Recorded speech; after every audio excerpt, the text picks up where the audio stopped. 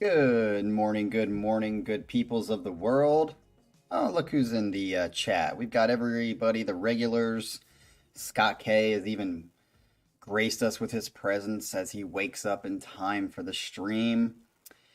And I think you guys should all know by now that every time Jim does a set, what's up, Jim? Who's the man of the hour? We're going to be listening to Graves again. So the first song on the list I see here is Graves. So let's get ready for another great song and listen for the fifth time on the channel of Graves. Just kidding. Maybe. I don't know. I haven't read his list yet, so we'll find out what he actually is doing. But we got Mr. Bryce, who's turned in a couple of sets. He'll be coming up. Mr. Lungman is here as well. Adrian somehow is not on the golf course, even though it's going to be 70 degrees there. Or is that later? Adrian, because yeah, even though at least here when it tends to be like nice, like today I think it's like 55 or 60 degrees, it's still pretty windy. So like in the winter slash spring, if it is a nice day, it's not really nice because it's so windy, which is why the temperatures are going up because it's blowing in that southerly air. So I don't know how you play golf in that kind of weather, but yeah. So I'm sure Adrian will be on the golf course at some point if it's truly going to be 70 degrees. Unfortunately, Jason, the spring and the fall are both getting less and less as the years go by. They're usually like a week long, it seems like. But yeah, so how did I like the thing yesterday? What are you talking about? What thing? How did I like the set that got taken down again because the stupid YouTube again, people, for all those of you who don't know, it honestly was not me. I checked my internet both times that the stream went down. It just turned red, and it was not my internet. So it's either YouTube or somehow it was a quirk in OBS system that just decided to stop streaming. I don't think it's OBS because I've not done anything different with OBS. Maybe it was, and we'll see if it happens today, but let's cross our fingers. Oh, yes. For those of you who don't know, or if you don't know my Instagram is up there in the top right corner. If you follow me, you'll get to see a little more in-depth stuff of what I do in my personal life. I don't post on there a ton, so yesterday I did because the Arnold Classic comes to Columbus, Ohio every spring at this time, or right before spring. And I went because I had never been, because it didn't start coming. I can't remember when it started in Columbus, but it's been going for 2 decades now. And for those 2 decades, I was pretty much not living in Columbus. I was either living in Denver, Colorado, and then I was living in Korea. So this was my first chance to really go to it. And I decided to go to it. And it honestly, we call it the human zoo. So the people that I went with 4 people. We, wanted to go see the human zoo of kind of, it's a strange subset of people when you think of, like, I go to the gym every day, I exercise, I'm very into health. Hell, I even tried steroids for a 3-week small, it wasn't really a cycle, it was just like a 3-week, I want to see what this does to my body kind of thing, like, I don't know, 5-6 years ago when I came home. A typical steroid cycle is like 12 weeks if you really want to do it. And I tried it because I'm into like just trying things, like see, within reason. And I'm all for it. But the bodybuilding world is such a interesting subset of people. I would say a good, I don't know, 85% of them have some sort of body dysmorphia disorder going on that either they may be aware of or they're not. And so just to go there and kind of watch the characters who walk around, I think, as I said yesterday, there was like 100,000 people down in Columbus downtown to go to this thing. There was a huge line because there's an Arnold Schwarzenegger statue right outside the convention center, and like everybody was taking pictures with it. So Arnold actually showed up yesterday. I saw him on the screen, but there was too many people around him, and I don't really care about people enough to like try to meet them. Kai Green showed up there, of course. If you guys don't know, Kai Green is the one who took over for like Jake Cutler. He actually, I think, lived in Denver, Colorado, and trained in Denver, Colorado for a while. But he was there, and there's a bunch of other guys there. But I don't really know a lot of them other than Kai Green, Jake Cutler, Ronnie Coleman, the main ones.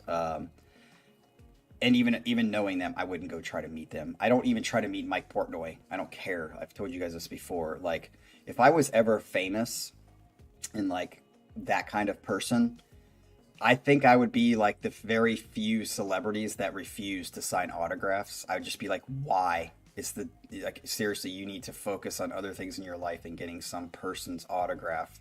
It just seems too erecting too much, I don't know, importance on a human being just because they do something well. It just seems weird to me. So, yeah, so just for you guys, especially you, Colin, I will not be signing any autographs. Um, anyway, that's enough talk for that. Let's get into this. Thank you, Jim, for asking. It was fun. I don't think it was quite worth the price that we paid. I think it was like $45 per ticket to just get into every event. As you saw on the Instagram, if you watched it, I just am surprised constantly how much things that just seem to be normal things that we grew up with turned into sports. So tag, if you watched it, they have this whole setup thing of tag. I've seen it on TV before, where you chase each other through these like obstacles and you try to tag each other. That has become a sport, and I think it's even an Olympic sport at this point. And then what was the other one that I thought was so weird? Yeah, they had like people dressed up like in LARPing, and they were like dressed up in full armor, and they were like hitting each other with swords. I was like, what is going on? Is this a Renaissance festival? I was waiting to find Adrian pop up somewhere, and probably Jason would go to a Renaissance festival, I would guess. So yeah, it was just kind of weird how all these things like curling. I think curling's got to be the dumbest thing that's become a sport, but it just seems like everything that people can possibly do has become a sport. So yeah, we watched that a little bit, walked around. What my favorite thing was we watched the strongman competition a little bit, although I was sad that Brian Shaw was not there. I thought he would be possibly because I think he's trying to do one more last hurrah on the strongman competition tour, but he wasn't there. So it was a good time, but not worth $45. I'd say maybe worth $25 or $20 to get in. So if you ever do get a chance and you're in Columbus, Ohio for some odd reason, because Columbus is not the greatest place to be, and you're here during like March, try to go to the Arnold Classic. It's kind of interesting people watching. There was definitely some hot girls there. And there were some weird looking people there, weird girls that you're just like, girl, like, you're definitely in the wrong mind space. All right, so let's go. Oh yeah, I do. Kelly, that is cool. I have seen pictures of Kelly doing equestrian sports. Yeah, so she's riding out horses, telling them what to do. Horses are awesome, by the way. Okay, I talked enough. Let's get into this. This is what Jim says. He says, hello, Captain and the channel. I hope all is well with you fine people. I'm sure some of us are fine, and some of us are high as fuck. I would guess Pear is high as fuck, but he's not around. Today, I am coming at you with a band I just discovered. They go way back, however, but the channel has only covered them a couple of their songs. Okay, I was just browsing. Is it Graves? I know you just discovered that recently. I was just browsing YouTube and came across them. I had no expectations, but when I heard their music, I was very impressed. The most interesting fact is the album I'm bringing you today. Okay, so it's an album, all right? Was made in 1994. Holy shit, that's when I started following Dream Theater. 93, 94 on the Awake tour. However, they were one of the few bands ahead of their time as far as progressive music is concerned. Who is this? Is this like Queensryche or something? Oh, it says right here. The band is Marillion. Awesome. Yeah. And the album is called Brave. Don't know that album. I have chosen 5 of my favorite songs from the album. The album is based loosely on a teenage girl who was found wandering aimlessly on a bridge in England. She was found by the police but refused to communicate. She obviously had suffered a very emotional event. The police issued a radio appeal to see if anyone could help identify her.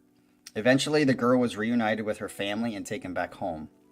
This story eventually becomes a movie, or became a movie. Lead singer and composer Steve Hogarth implemented the story into this album, and he had been constructing. I added as much info as I knew about the song's meanings as I related it to the story. So without further ado, the first song is called Living with the Big Lie. I will say this. So far, the Marillion I have heard, I've told you guys before, there's a video of on, it's a once in a lifetime video of Dream Theater, whatever.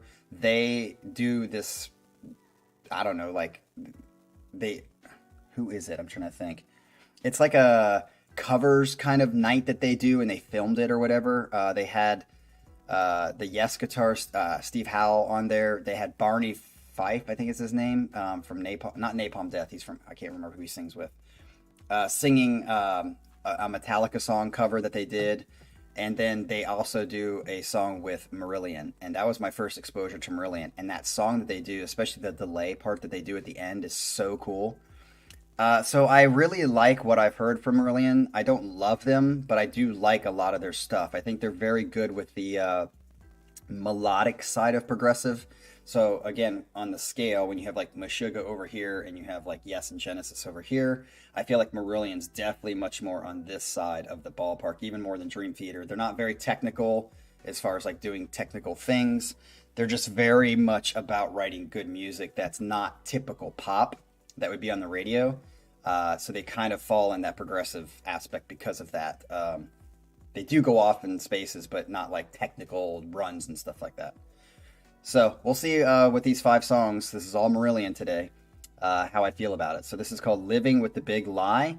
This song is about how people seem to get used to things to the point of being totally desensitized to plights such as this young girl. Great guitar riffs and powerful instruments exchanges in this song. Okay, so here we go. It's not that loud.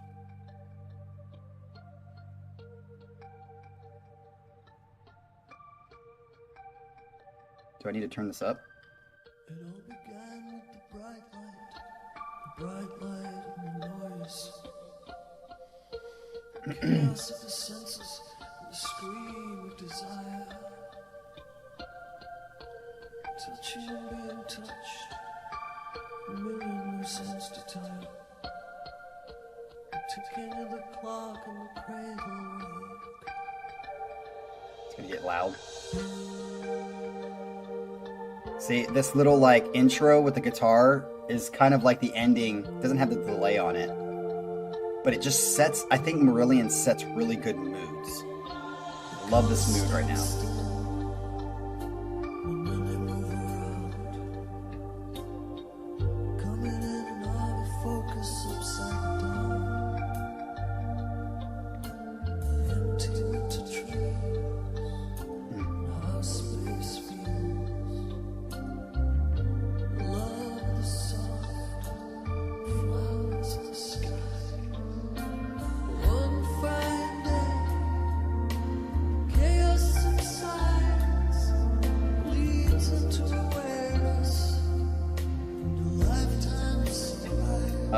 Yeah, Barney something. I didn't know his name. Did I say Fife?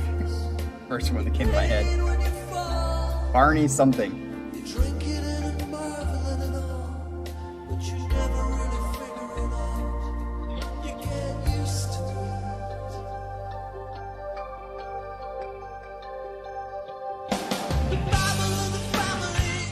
Nice.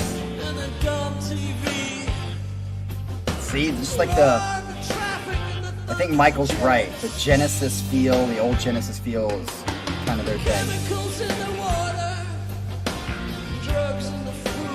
And I would say too, here's another example of a good singer that I think matches the band, and he's just a good singer. It's got a Pink Floydish feel to it.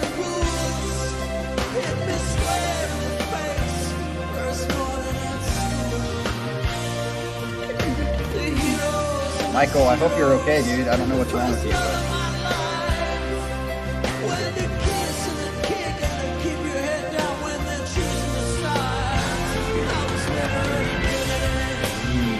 Nice build there.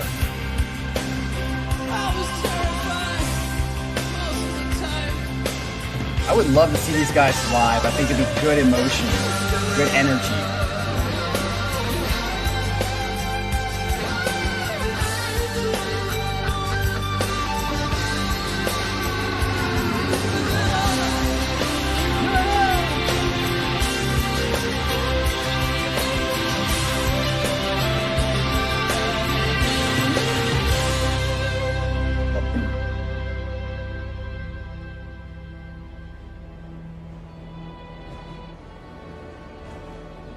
it stays like this will definitely go on a playlist.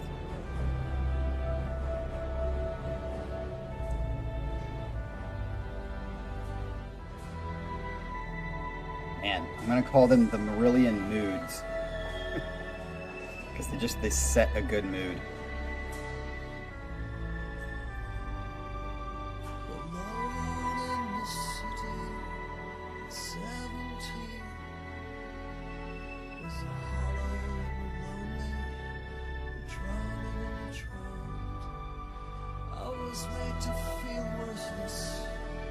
Was made to feel worthless.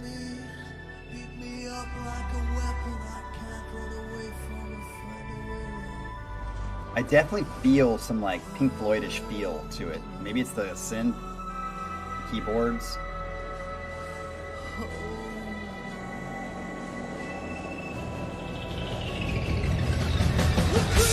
Well, there you go, Colin. It just came.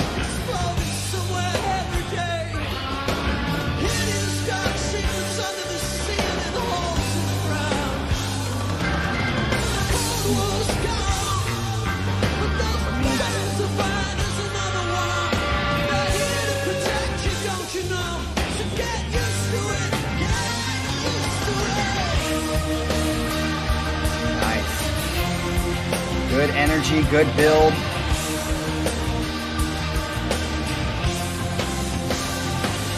Yeah, Hogarth is really good at just like setting the mood.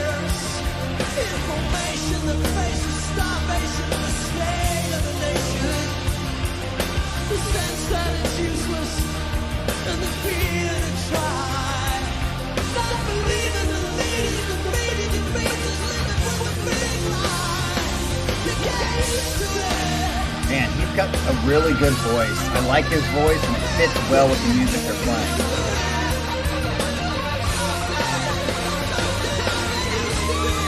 Woo!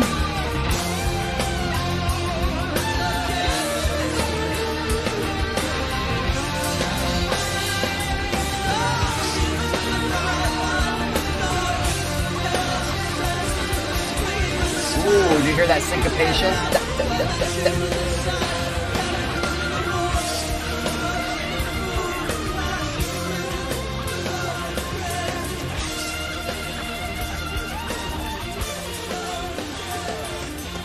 Fading out.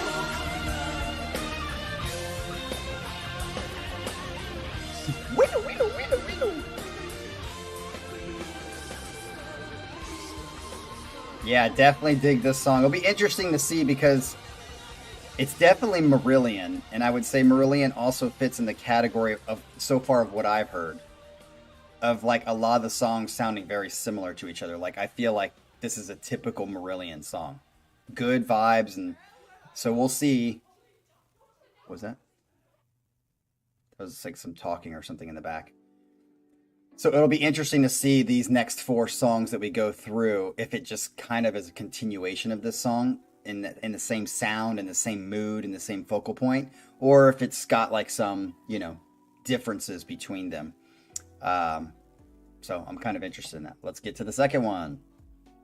The second one is Goodbye to All That. Wow, this is a 12-minute song, so this is a long one. Long song that takes you on a progressive journey with a great surrounding atmosphere. And that's all Jim says. So let's get into it. I mean, Goodbye to All That. I wonder what it's about. Tried to trace her in time. Feel for information on local news. Is this live? Because that like bass that came in my left ear right there just sounded like it was like a live.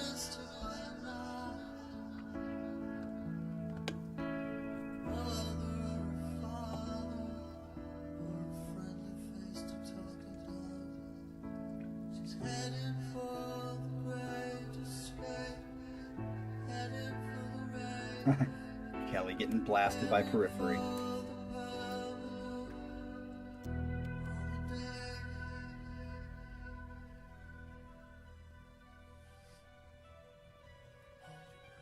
This is interesting. Yeah, the way they faded that bass in at the beginning in my left ear made it sound like live. They did a good job with that.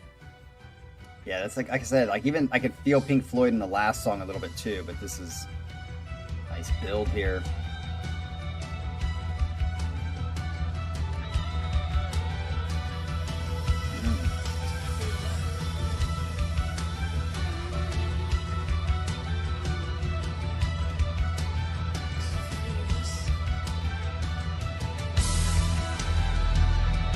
That's when we hear soundscape. Yeah, I mean, this is very well produced. They're like, just like feel this experience.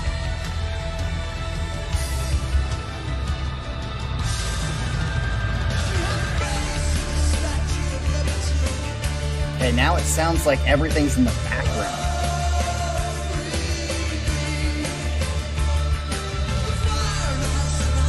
Does anybody else feel that? It sounds like it's like way in the back. I mean, are they doing that on purpose?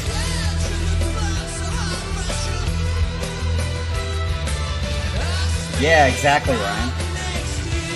Okay, as long as they're doing it on purpose, I like that. It's like a different feel. Oh, yep, and it just came to the forefront a little bit. Impressive. And give the engineer and their thoughts. That's impressive.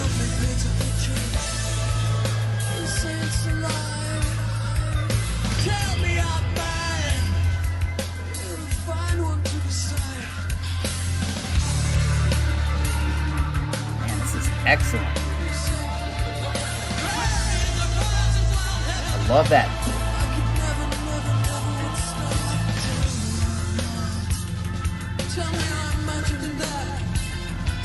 Yeah, I can hear like Steven Wilson a little bit in this too.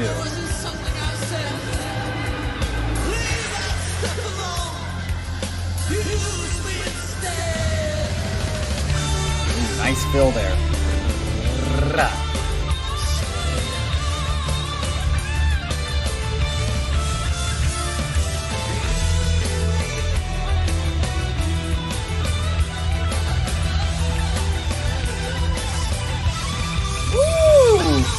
Listen to Hogarth go off there.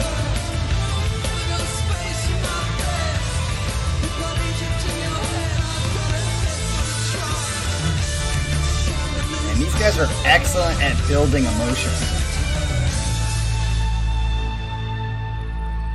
Excellent.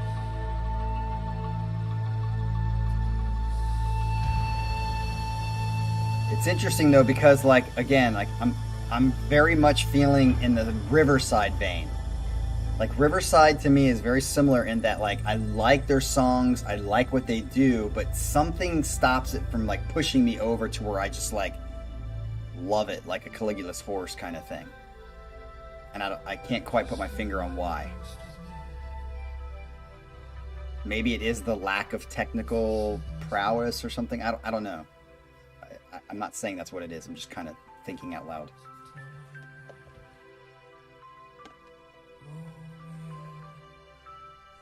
It's very, very much on the feely side.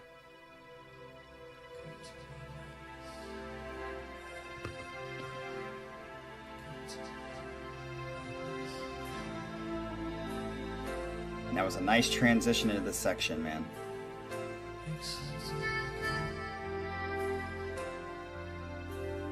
Dude, I'm definitely putting this on this stuff on a playlist.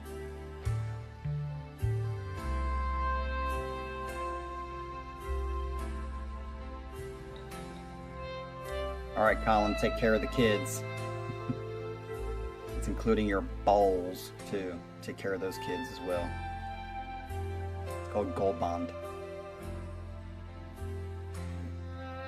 Adrian, what do you mean by the singer leaves a little bit to use? I think he's one of the strengths of the band. Like, one of the high strengths of the band. I think he's just excellent. His tone sounds good. It fits the music well.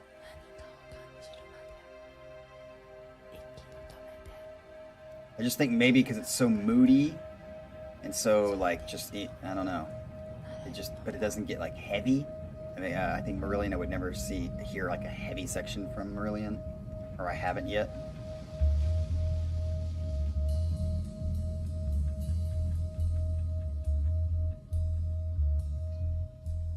Yeah, for me, Ryan, I'd say that's a good assessment, but I also don't think I can have her. I don't think there's many times that I could sit down and just listen to a whole album of anybody. That's including Dream Theater.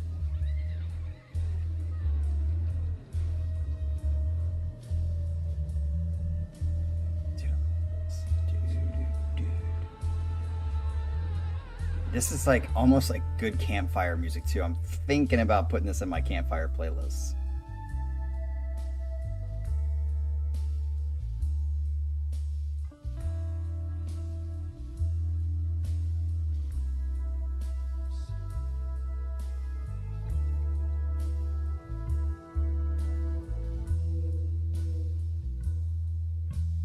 Okay, that makes sense, Adrian. Who would be a singer that doesn't stay in one lane or one tone? I would even say like James Hetfield stays in one lane and one tone. Like, can you give me an example of a singer that? Hey, shut up.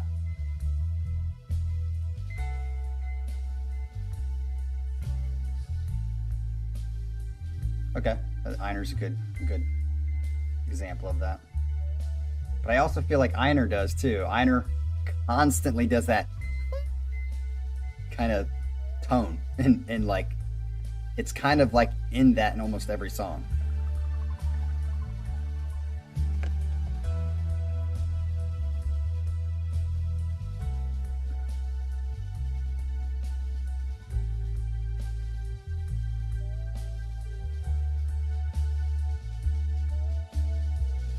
I don't know Faith No More singer well enough to know that reference.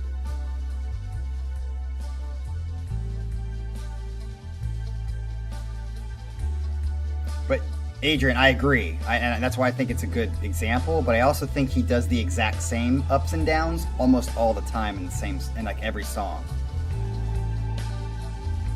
It's like those different pitches and the ups and downs, even the intervals between that, are almost always the same. That's why it seems very. It's just like that's his thing, and it's different than everybody else, but it's still the same thing in every song.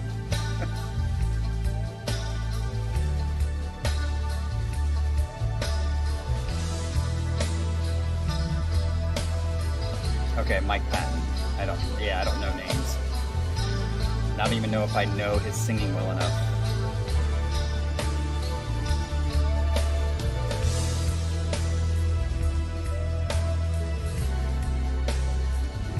Man, this is just slow burn here. Yeah, I got you, Adrian.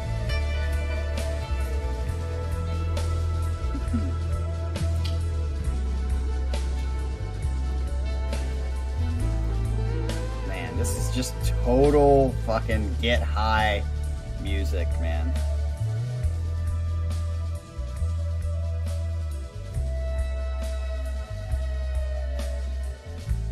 Mm. And with this type of music, it's kind of like the 12 minutes is not necessarily necessary, but it's just such a vibe that kind of vibe is more long withstanding than like I don't know something that's going a lot of different places.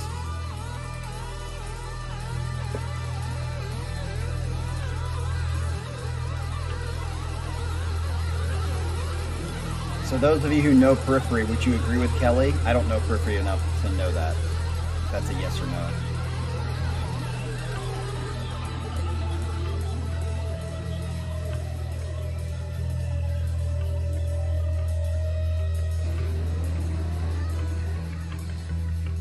Now, is it just going to fade out like this?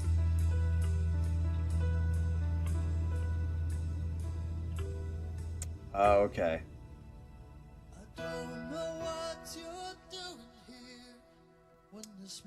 Yeah, we've had Mr. Bungle on here a couple of times, and I didn't really dig him that much, if I remember correctly.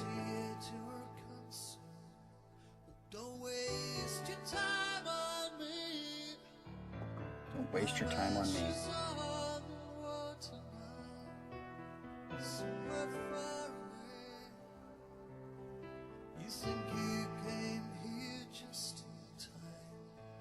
20 years too late. You won't have long to wait.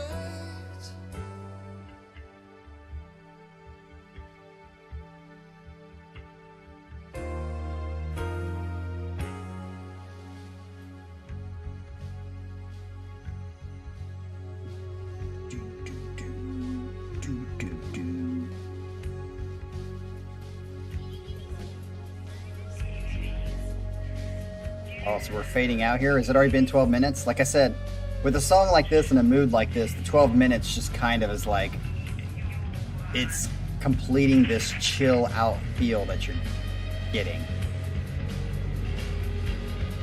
Also, there is no break. Should I just go right into the next song? Jim, hurry. I don't know when this is ending. Should I just go right into the next song?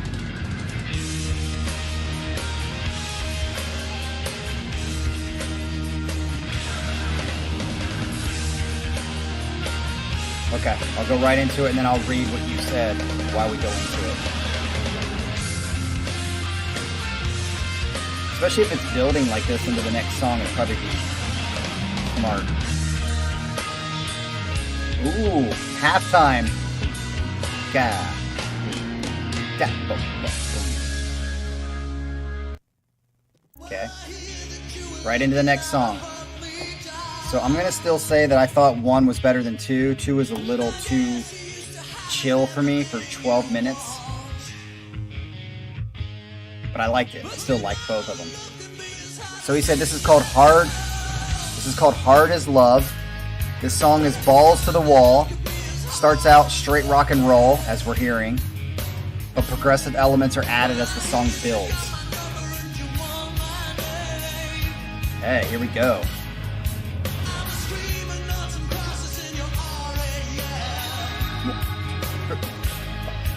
It's got that 16th note kind of feel, which allows the song to breathe because it's in 16th note triplet. Or not triplet, 16th notes. Subdivision. Ooh, I like that.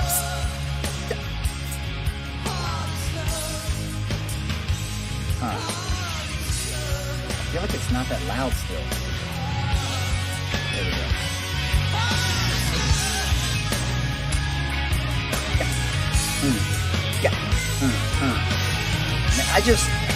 I love 16th note subdivisions because it's like blues. Blues is typically in 16th note sub because it allows it to breathe and fill with emotion.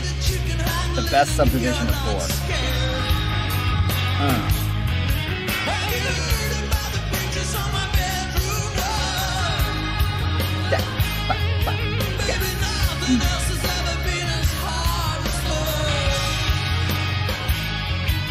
Scott. Of course, Scott. In this context, it falls to the wall.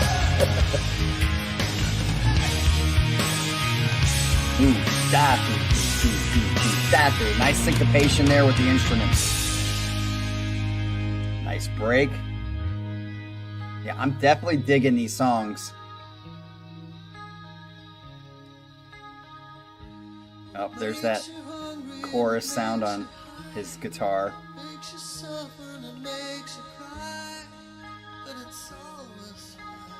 Yeah, context. But you can still hear that 16th note subdivision in the background.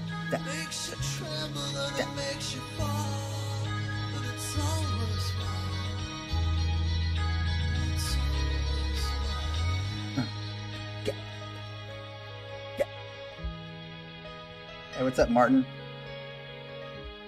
Martin.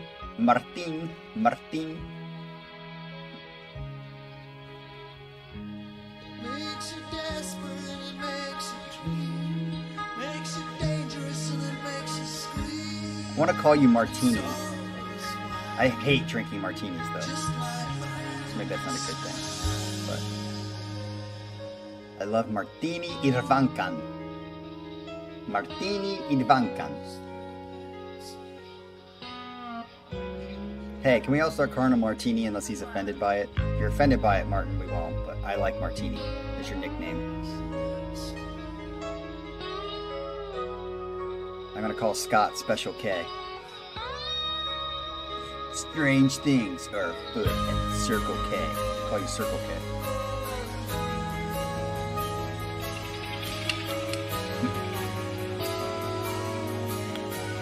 If you guys know what movie that's from, you better say it. Strange things. Oh, like a chip. Okay. Bantan. I like it.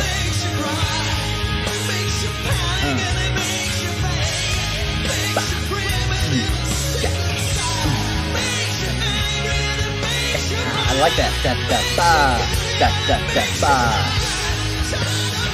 Oh, Kelly, you and Ryan and Ash should meet up. Is your brother going with you, Kelly? Yeah, nice build here. I just love that this whole song is in a 16th subdivision. It's just like,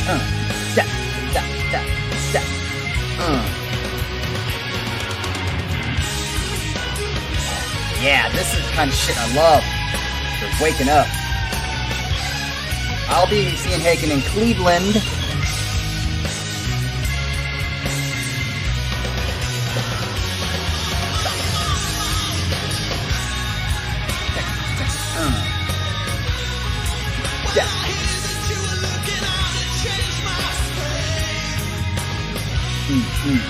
Ivanchan. Martini Ivanchan.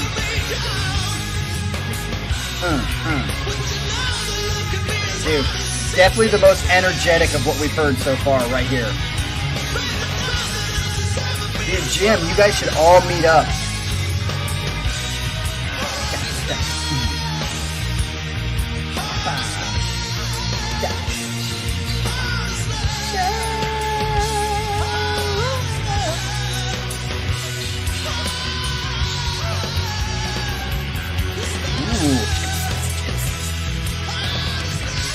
Man, I bet you live, there's just so much energy in this. Yeah, I think I'm putting this first, too. 3,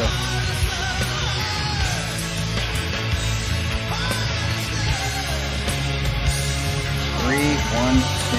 Right there, motherfuckers.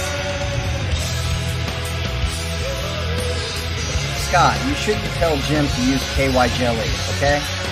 He doesn't use KY jelly. Use Vaseline to get that shit up his butthole.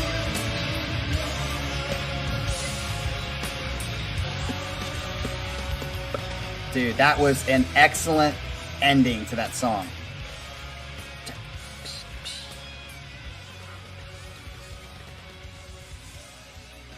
Yeah, it's about a 2.5 hour drive for me to Cleveland, so that'll be a late night for me coming home Friday. Hopefully I'm working from home. Okay, that was an excellent song. Number 3. Again, I think we're 3 for 3 here for me. As I've said, and I don't think it's really changed much, I kind of think I know what to expect with Marillion, and I just like it like I like Riverside. Like, I feel like there's almost no bad songs. Like, I haven't heard a Marillion song yet that I've been like, don't like it. But it all kind of fits into this space and doesn't... That would say that last part of that last song was kind of the most energetic that I've heard. Although I know that they go energetic other places. But a lot of it is just that very campfire, Pink Floyd-y, moody stuff, which I think is great. Just like I like Riverside, that moody stuff, that slow burn that they build. But for me, it's also missing something enough to kind of like put it over the edge for me, where it's just like Caligula's Horse fucking causes my innards to come out. I haven't heard a Marillion song yet that's maybe just like emotional and connected, but it's great. It's all good. It's like, I'll compare it again. Korean girls versus USA girls. It's like Korean girls, everywhere you look, it's just like, hell yes, I would bang her. American girls, I'm just like, probably not. But when I see a hot girl in USA, I'm like, wow, she is hot. See, in Korea, no hot girls because they all look the same. They're all cute. They're all really like 7s and 7.5s. So I said that before, brought it back up again because I think it's fitting to how I feel about Marillion. They're like Korean girls. All right, whereas Caligula's Horse is like American girls. I'll guess it's Aussie girls, although I think I heard Aussie girls, I don't know this, are not attractive at all. So, all right, enough of that. Next one, Paper Lies. This song is about the press of the time looking to make money off the ordinary people and their tragedies like this young girl. Wow, that sounds eerily familiar to what we're in right now. Freewheeling guitars and great pacing describe this song. All right, here we go. Paper Lies. That's a great title for that kind of idea. Good one. Oh, Jim married an Aussie. Is she hot?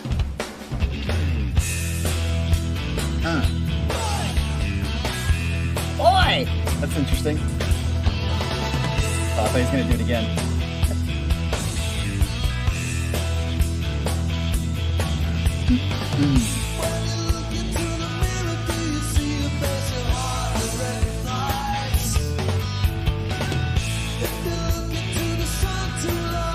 Yeah, this is very Genesis-y to me. Or yes-y.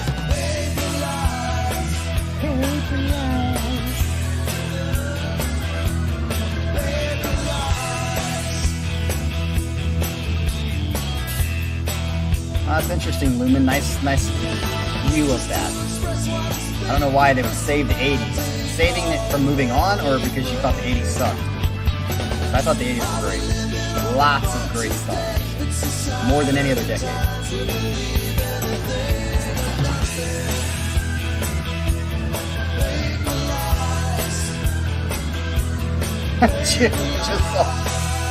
She was hot.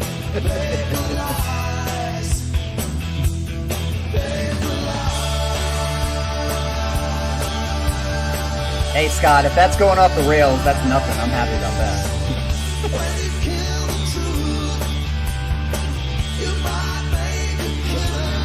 How do you say that name, Adrian? Zelina?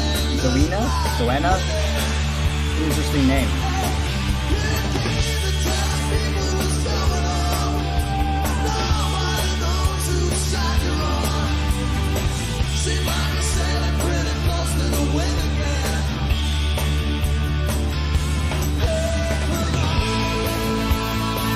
Yeah, this has got some good energy too.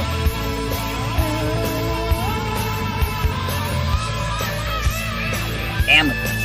Wow, you guys have dated some weird fucking... Okay, Zoena. Okay. You guys have dated some weird names. That's good. Better than dating a Sarah. Unless it's a Sarah without an H.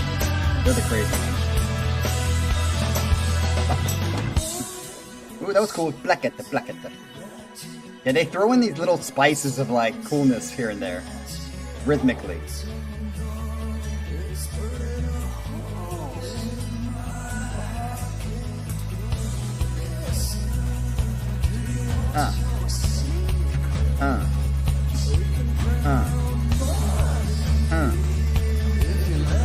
Building.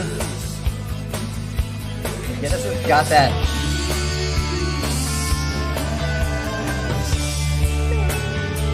Ooh, nice slow down, that change of tempo there. See, they just did it again.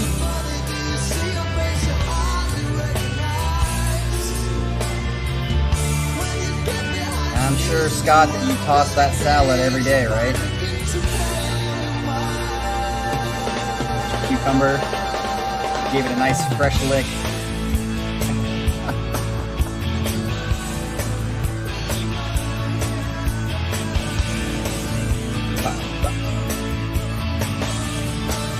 Alright, Herman, hope you feel better or whatever's wrong, dude.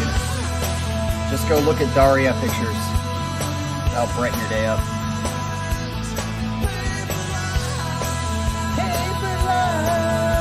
See, I can sing in the background.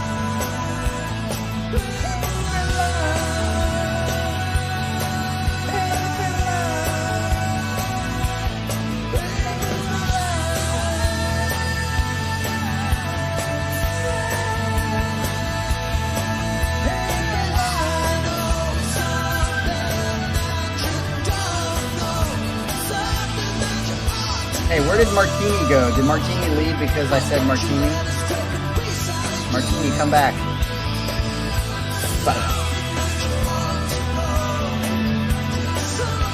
I'm sorry you didn't get to plunder that treasure. The chastity belt was secured. But Living in the Christian world for a while there, Christian usually didn't mean much when it came to getting to the box.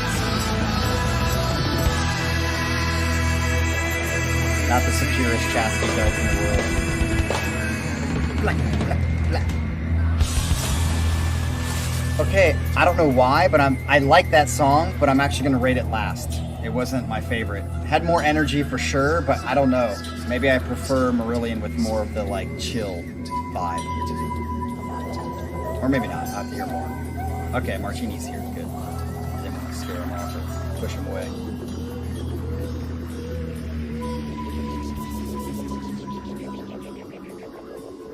That's very Pink Floyd right there.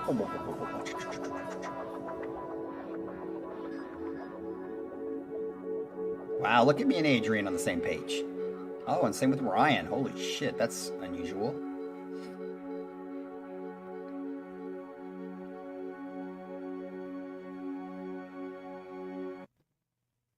Okay.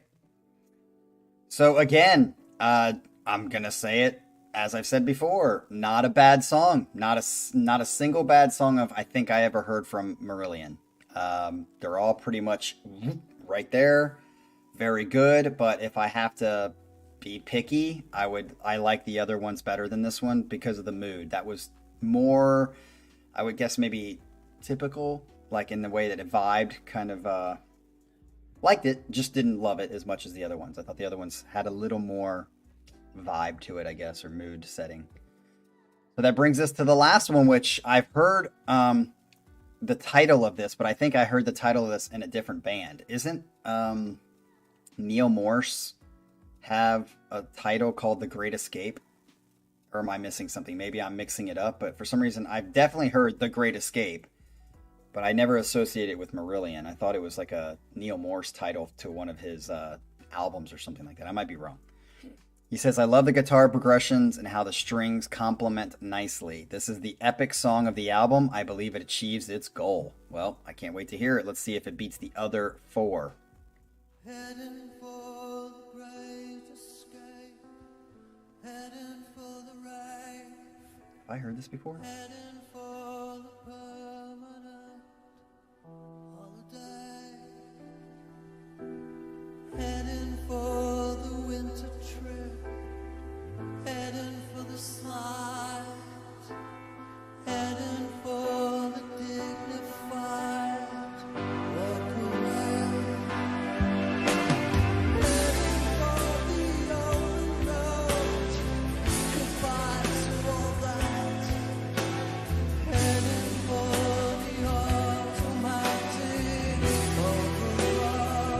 Oh, Grand Experiment. Yeah, maybe I was mixing it up.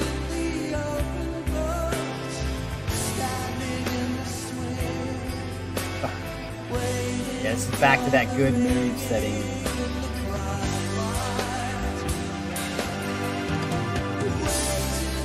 Oh, did they do a cover of it? I think I remember somehow associating it with them.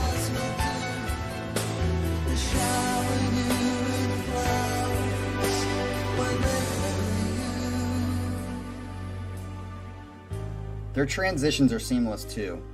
Like, that was a beautiful transition to this kind of like chill vibe.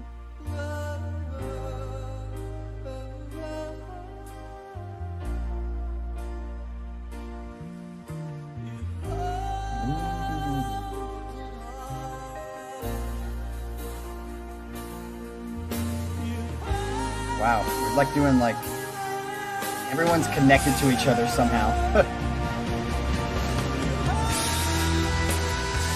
Nice. See, right into this. That part right there reminded me of Javert when he does his suicide in Les Mis.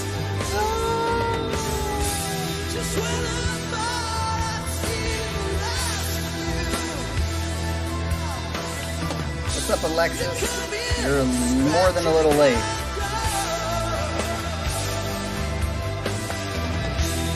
I love that background.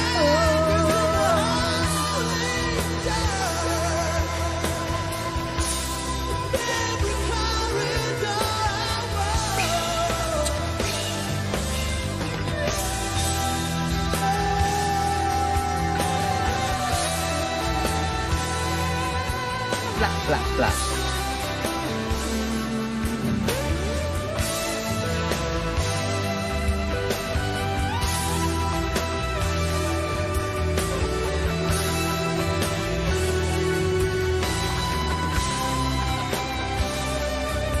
Yeah, Hogarth has got so much feeling.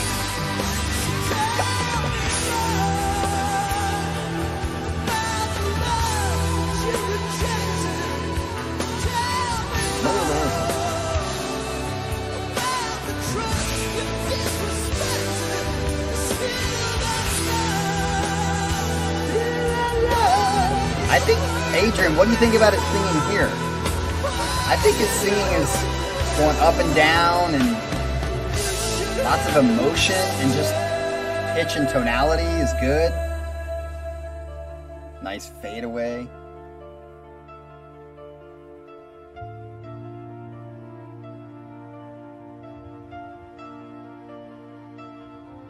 Yeah, I don't know where I'm going to rate this one. I like it, but I don't know if I like it better than the other ones.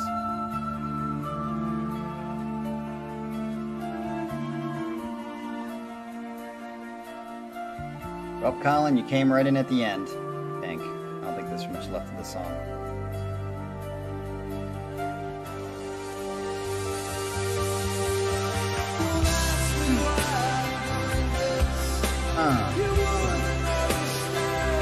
See, there's that 16th note.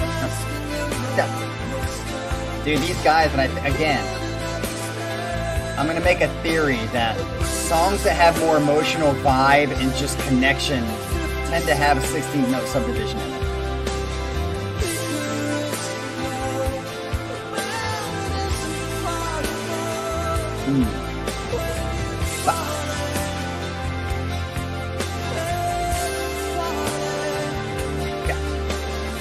See you, Lumen.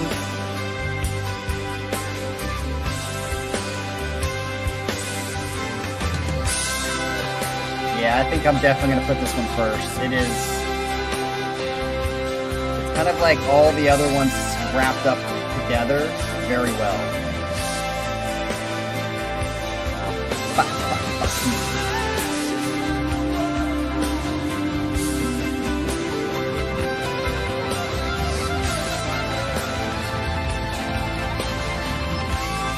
Woo! Emotion there, baby. Emotion.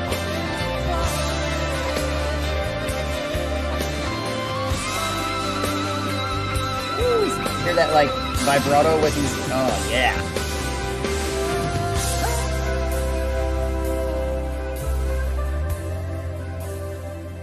Just made my own harmony there.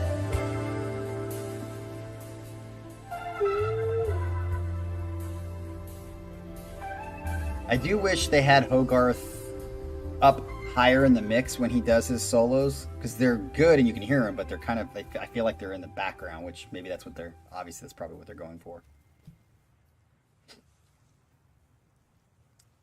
Yeah, I would agree, Adrian. 3 and 5 were close, but I'm gonna put this one had definitely more emotion. Wow. I mean, what more is there to say than what I've already said? I know that the when we've done Marillion in the past, there are definitely some hardcore Marillion fans, and I can see why. This is a great band. I think they write great music. Have yet to hear a really bad song. So I appreciate you sharing this with us. I would say this is probably one of the few sets, Jim, where I think the majority of the people in the chat enjoyed all the songs to a degree. Like, I think this was like, again, like me, there was nothing in this music that set me over the hill that was just like, oh my God, this was orgasmic or anything like that. But it was all very solid. So when I think of Marillion, I'm gonna come up with solid. Like, they're a solid band to me.